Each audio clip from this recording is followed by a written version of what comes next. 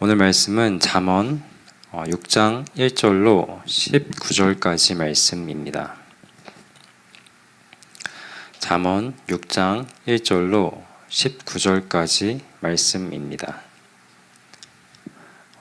가지고 계신 큐티책은 70페이지에 있습니다.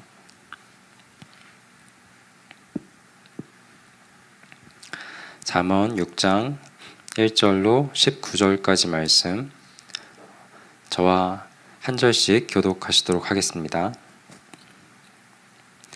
내 아들아, 내가 만일 이웃을 위하여 담보하며 타인을 위하여 보증하였으면 내 입의 말로 내가 얽혔으며 내 입의 말로 인하여 잡히게 되었느니라. 내 아들아, 내가 내 이웃의 손에 빠졌은즉 이같이 하라.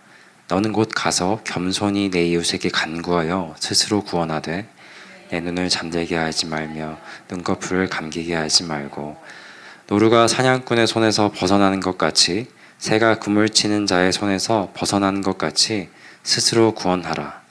게으른 자여, 개미에게 가서 그가 하는 것을 보고 지혜를 얻으라. 개미는 두령도 없고 감독자도 없고 통치자도 없으되 먹을 것을 여름 동안에 예비하며 추수 때에 양식을 모으느니라.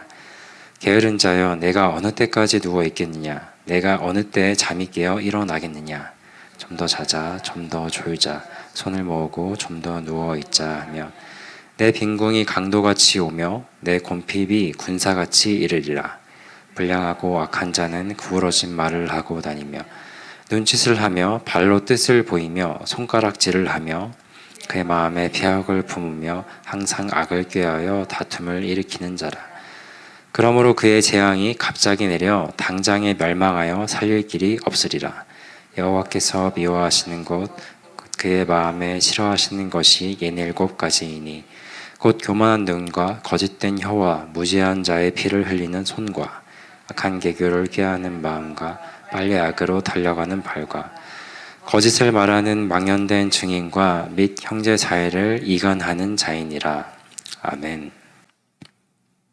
오늘 함께 읽으신 이 6장 1절로 29절까지의 본문에서 주시는 그 교훈은, 지혜는 모든 형태의 악과 어리석음을 피하는 것이다 라는 이제 그런 큰 공통된 대주제를 가지고 있습니다. 근데 오늘 이 본문이 꽤 길죠. 꽤 길고 다룰 수 있는 내용들이 많다 보니까 오늘은 특별히 1절로 5절까지의 말씀을 우리가 좀 집중해서 보는 시간을 갖도록 하겠습니다. 1절로 5절까지의 말씀은 방금 말씀드린 그 지혜는 모든 형태의 그런 악과 어리석음을 피해야 되는 것이다라는 그 주제 가운데 가장 먼저 등장하고 있는 것으로서 1절로 5절까지의 말씀은 지혜로운 자는 보증을 서지 않는 것이다 라는 이제 그런 가르침을 우리에게 주시고 계십니다. 지혜로운 자는 보증을 서지 않는다. 이 아버지가 아들에게 쭉 전하는 그 지혜의 말씀이죠. 그 가운데 이 보증에 대해서 아버지가 아들에게 가르침을 베풀고 있습니다. 이 보증이라는 것이 우리가 살다 보면은 심심찮게 겪을 수 있는 그런 일들 가운데 하나입니다. 그죠? 우리가 직접 그런 보증을 서주는 경우도 있을 수 있고요. 아니면 우리가 아는 어떤 사람들이 다른 사람을 위해서 혹은 나를 위해서도 보증을 서줄 수 있는 이제 그런 일들이 발생하곤 하죠.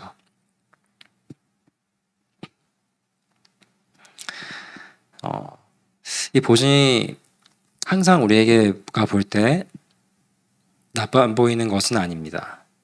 어떤 어려움에 처한 사람을 도와주는 것일 수도 있고 또 가까운 이웃을 위해서 또 보증을 서줄 수도 있는 그런 일들도 있기 때문이죠.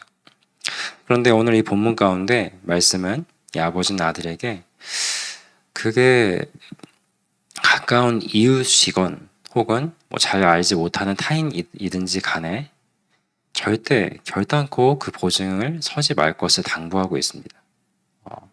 그러니까 이 보증 자체에 있어서는 보증이라는 것은 정말로 너의 어떤 생각이나 마음으로 어떻게 판단해서 결정할 그런 게 아니고 원칙적으로 그 일은 네가 결단코 해서는 안 되는 일이다라고 그렇게 말씀을 하고 있어요. 굉장한 강조이죠. 그렇다면 이 아버지는 왜 이렇게까지 아들에게 이렇게 강하게 권면을 하고 있는 것인가 우리가 궁금하지 않을 수가 없습니다. 그 이유는 2절에 나오고 있습니다. 2절 말씀에 따르면 이 아버지가 이렇게 이 보증을 하지 말라 말씀하고 있는 것은 보증을 서게 되면 그 보증을 하게 될 경우에 너는 자신을 스스로 얽매는 상황 가운데 만드는 것이기 때문이다. 이렇게 말씀을 하고 있어요.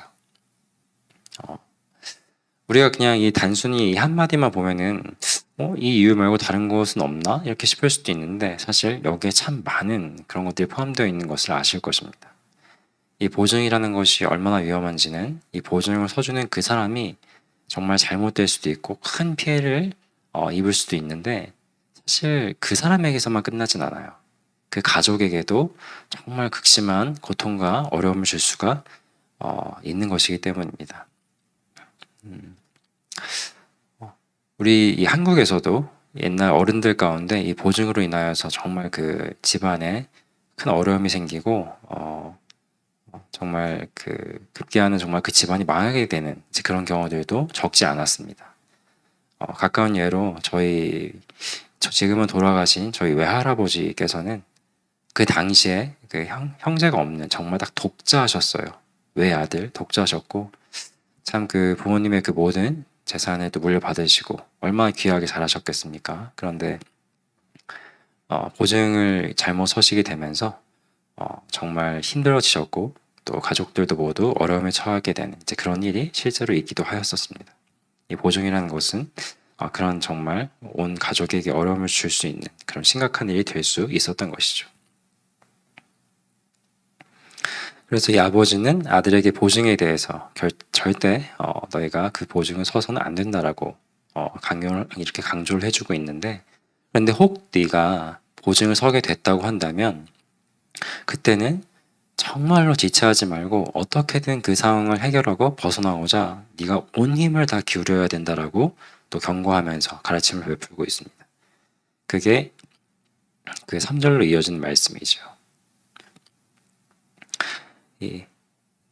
아버지는 만약 그런 일을 하게 됐을 경우에 3절에 보면 내 아들아 내가 내 이웃의 손에 빠졌은즉 이같이 하라 너는 곧 가서 이렇게 말씀하고 있습니다. 너는 곧 가서 그러니까 너는 바로 너의 행동으로 바로 지체하지 말고 가서 이어지는 구절에 보면 겸손히 내 이웃에게 간구하여 이렇게 이어지고 있죠. 그래서 이 간구하다라는 말은 매우 간절하게 정말 호소하고 필요하면 정말 소리라도 지르면서 애원하라라는 그 정도의 그런 간절함을 뜻하는 말입니다.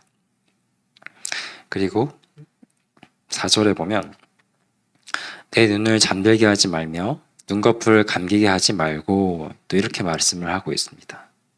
그러니까 보증을 선 바로 그날 어떻게든 그날을 넘기지 말고 어떻게든 그날 해결하라라는 이런 말씀인데 이 말에서의 그 간절함이 보이시죠?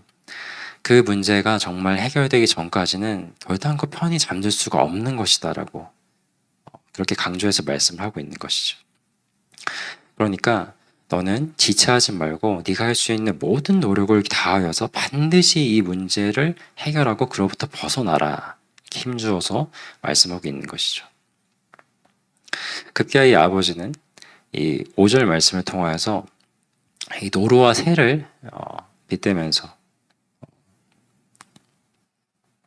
이 자신을 보증과 담보해서 이 정말 그 빠지게 되는 것은 마치 노루가 사냥꾼의 그 덫에 그 올무에 걸린 것과 같고 그 새가 그 사냥꾼의 그 그물 치는 자의 손에 빠진 것과 같다. 이렇게 표현하고 있습니다. 그러니까 이 노루나 이 새가 사냥꾼의 손에 빠지면 어떻게 되죠? 그러니까 반드시 죽게 됩니다. 그죠? 그 일은 네가 반드시 죽게 될 일이다. 그러면서 그런 상황에 놓여질 경우에는 어떻게든 온 힘을 다해서 최선을 다해서 그 일로부터 벗어나기를 정말 그 올무에 걸린 그 사냥꾼의 손에 걸린 노루가 정말 죽기 살기로 거기서 빠져나가려고 얼마나 발버둥 칠지 상상이 되지 않으십니까? 실제로 그런 짐승들이 잡혔을 때 얼마나 정말 그 죽기 살기로 어떻게든 거기서 빠져나가려고 애쓰는 것을 보신 기억이 있으실 수 있을 겁니다. 정말 그 정도의 그런 마음으로 거기서 빠져나가기를 애써야 되고, 그리고 만약에 거기서 빠져나갔을 때에는 정말 사실상 죽을 것에서 빠져나간 것이니까 그 해방감을 얼마나 또 기쁘겠습니까? 그죠? 말로 다 표현할 수 없을 정도의 새롭게 정말 생명을 얻은 것과 같이 그런 극적인 순간을 맞이하게 될 것인데, 이 아버지는 이 보증에서 빠진 것을 죽음과도 같고 거기서 빠져나가게 되는 것은 참으로 구원과도 같다라고 말씀을 하고 있는 것이죠. 그래서 이 3절에 정말 스스로 구원하라, 그리고 또 5절에 또 스스로 구원하라, 이렇게 반복해서 그것은 참으로 구원받는 것과도 같은 그 정도의 절박함과 절실함을 빗대서 우리가 잘 이해할 수 있게 말씀을 하고 있습니다. 이렇게 자, 이렇게 1절로 5절로 이 보증에 관련된 이 담보에 대해서 말씀을 드렸는데, 어떻게 하시겠습니까? 이 보증 서실 수 있겠습니까? 결단코 그럴 수 없겠지요. 그런데 오늘 이 본문 말씀이 단순히 이러한 인간사의 보증에 관련된 말씀만 다루고 있다고 한다면 우리에게 어떤 그렇게 큰 의미가 있을 수 있을까요? 우리는 이것을 통하여서 그 너머의 것을 볼 수 있어야 되겠지요. 지금 이 1절로 5절 말씀을 통해서 우리가 이 보증이라는 거는 절대로 설선 안 되고, 이 보증 가운데 선다는 것은 그야말로 내가 올무에 빠지는 것이고 내 목숨을 내던지는 것, 정말 그냥 그 절망의 구렁텅이로 곤두박질 치는 것과 같구나. 참 지혜는 정말 이 보증, 이런 실상 이 죽음이라는 것을 피해가는 것이겠구나라고 우리가 지금 배웠습니다. 그러죠? 그런데 이 말도 안 되는 반드시 죽음을 경험하게 될 이 일을 스스로 자처하신 분이 계시니 그것이 바로 그리스도이신 것입니다. 그리스도께서는 우리를 위하여서, 우리를 살리기 위하여서 우리를 위한 스스로 그 보증이 되시고 하나님 앞에 우리를 향한 담보가 되셔서 우리를 죽기까지 구원하시기로 작정하신 그런 분이시기 때문이지요. 참으로 이 죽음을 전제한 이 일을 스스로 자처할 수 있었다라는 것은 그 이상의 사랑이 있지 않고서는 결단코 불가능하다는 것을 아실 겁니다. 이 가운데 우리를 향하신 우리 구주 예수님의 그 사랑하심이 어떠하심을 우리가 깊이 발견하신 그러한 시간들이 되어야 할 것입니다.